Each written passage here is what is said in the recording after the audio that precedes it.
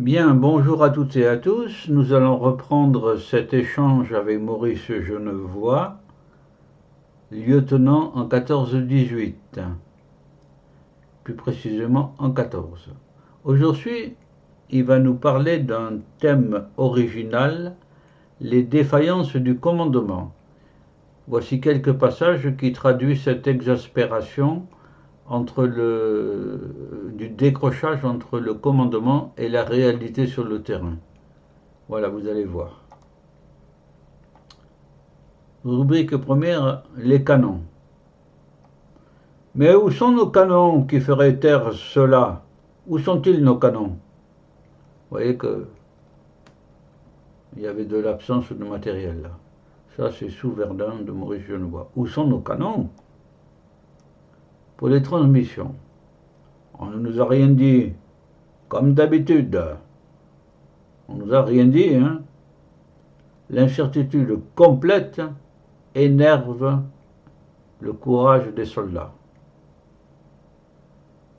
On les y laisse trop souvent comme à plaisir. L'incertitude. Comme à plaisir. Sous Verdun. Vous voyez que les transmissions aussi faisaient parfois défaut. Et puis, troisième et dernier point, un manque de conscience de la réalité. D'abord, mon lieutenant, ceux qui nous ont défendu de tirer, est-ce qu'ils sont venus se rendre compte sur place? Est-ce qu'ils sont venus seulement? Pensez-vous, c'est toujours pareil. C'est toujours pareil. Ceux qui ne savent pas, c'est juste ceux-là qui commandent. Ouais.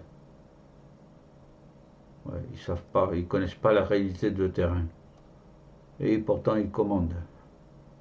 Toujours pareil en effet, dit Genevois. Toujours le même dogmatisme raide. Dogmatisme raide.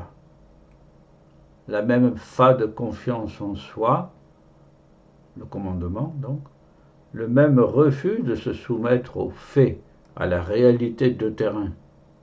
Le refus. Ça va loin l'accusation, ça va loin. C'est dans Nuit de guerre de Maurice Genevois. C'est les défaillances du commandement.